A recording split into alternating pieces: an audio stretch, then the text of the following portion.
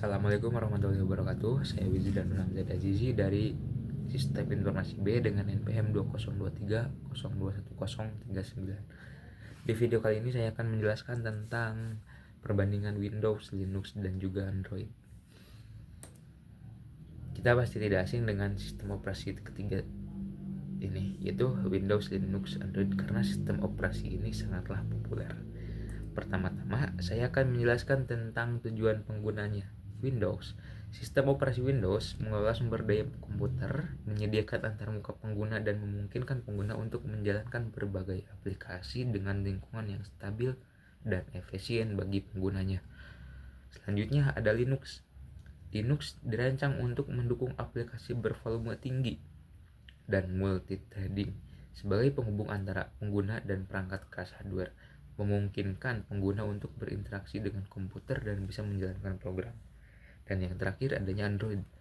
Tujuan utama pengguna sistem operasi Android adalah untuk menyediakan platform yang fleksibel dan terbuka bagi pengembang aplikasi, layanan, dan fitur perangkat mobile seperti smartphone dan tablet.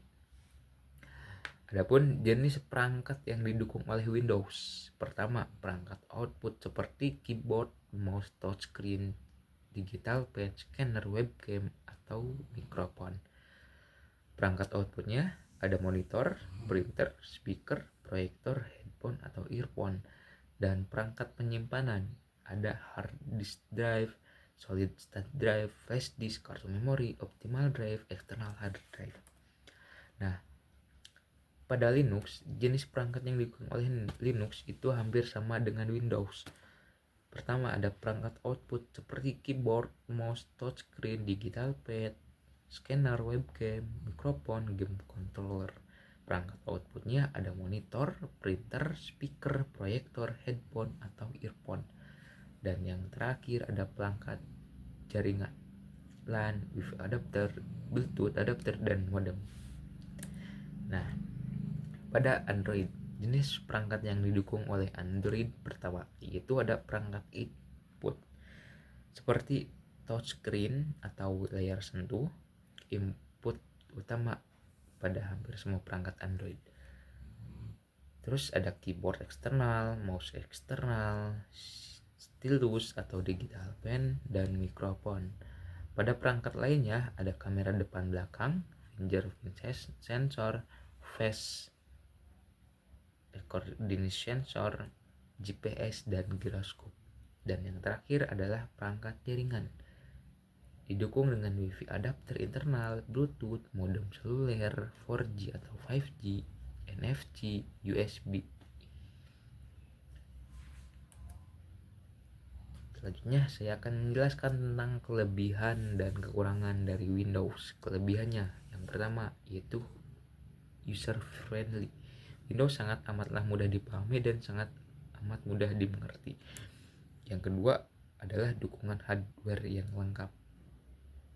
Dikarenakan hardware yang lengkap ini nyambung ke user friendly tadi. Nah, yang ketiga adanya game friendly.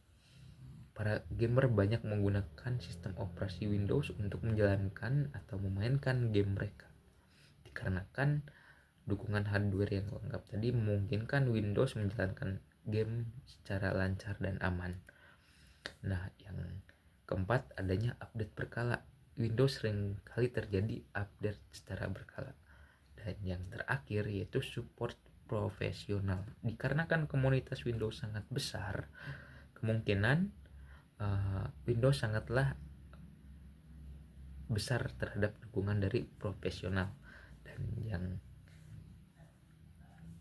adapun kekurangan dari Windows pertama yaitu berbayar. Ketika kita akan memasang sistem operasi Windows, kita diharuskan membayar untuk memasangnya. Nah, yang kedua adalah rentan virus dan malware. Di Windows sangatlah rentan virus dan malware. Ketiga, kebutuhan spesifikasi tinggi. Dan yang keempat, tidak terlalu ringan. Kita sendiri tahu sebagai user Windows, ketika kita memakai sistem operasi Windows sangatlah menguras memori di dalamnya. Dan yang terakhir, update kadang mengganggu. ketika kita sedang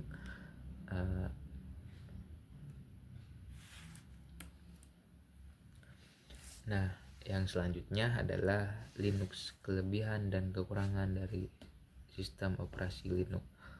Yang pertama, kelebihannya yaitu gratis dan open source. Sangat gampang sekali untuk memasang aplikasi Linux.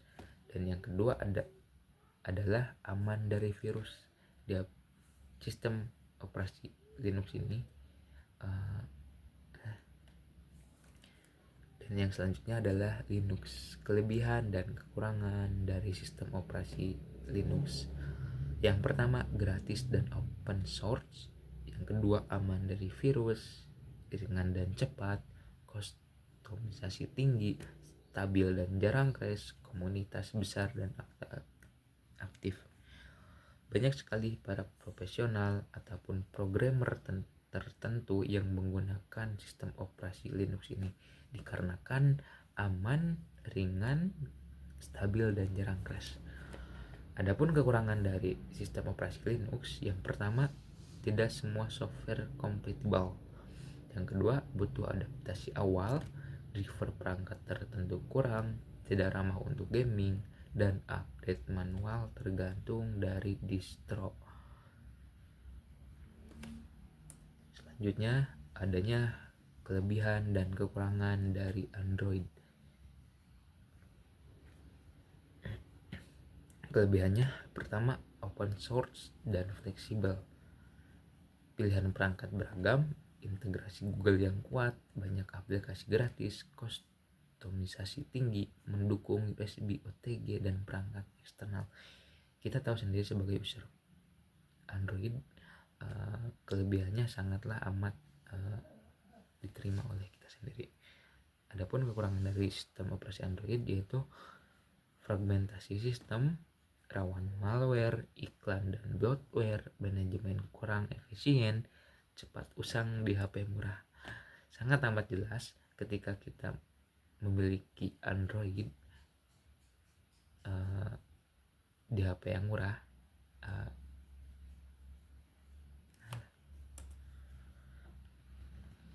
selanjutnya adalah jenis user interface pada Windows. Di dalam graphic user interface atau GUI, pertama, mengandalkan elemen visual seperti icon, jendela, tombol, menu, dan taskbar.